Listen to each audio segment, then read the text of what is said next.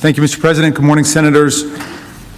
Over the last several days, we presented overwhelming evidence that establishes the charges in the article of impeachment. We've shown you how President Trump created a powder keg, lit a match, and then continued his incitement even as he failed to defend us from the ensuing violence. We've supported our position with images, videos, affidavits, documents, tweets, and other evidence, leaving no doubt that the Senate should convict. We believe we've proven our case. But last night, Congresswoman Jaime Herrera Beutler of Washington State issued a statement confirming that in the middle of the insurrection, when House Minority Leader Kevin McCarthy called the president to beg for help, President Trump responded, and I quote, "Well, Kevin, I guess these people are more upset about the election than you are."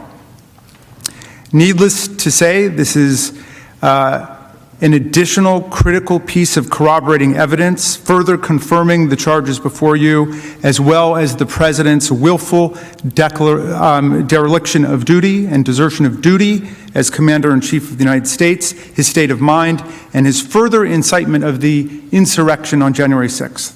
For that reason, and because this is the proper time to do so under the resolution that the Senate adopted to set the rules for the trial, we would like the opportunity to subpoena Congresswoman Herrera regarding her communications with House Minority Leader Kevin McCarthy, and to subpoena her contemporaneous notes that she made regarding what President Trump told Kevin McCarthy in the middle of the insurrection.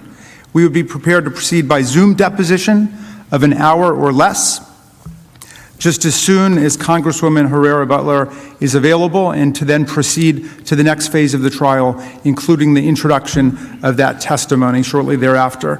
Congresswoman Beutler further stated that she hopes other witnesses to this part of the story, other patriots, as she put it, would come forward, and if that happens, we would seek the opportunity to take their depositions via Zoom, also for less than an hour, or to subpoena other relevant documents as well.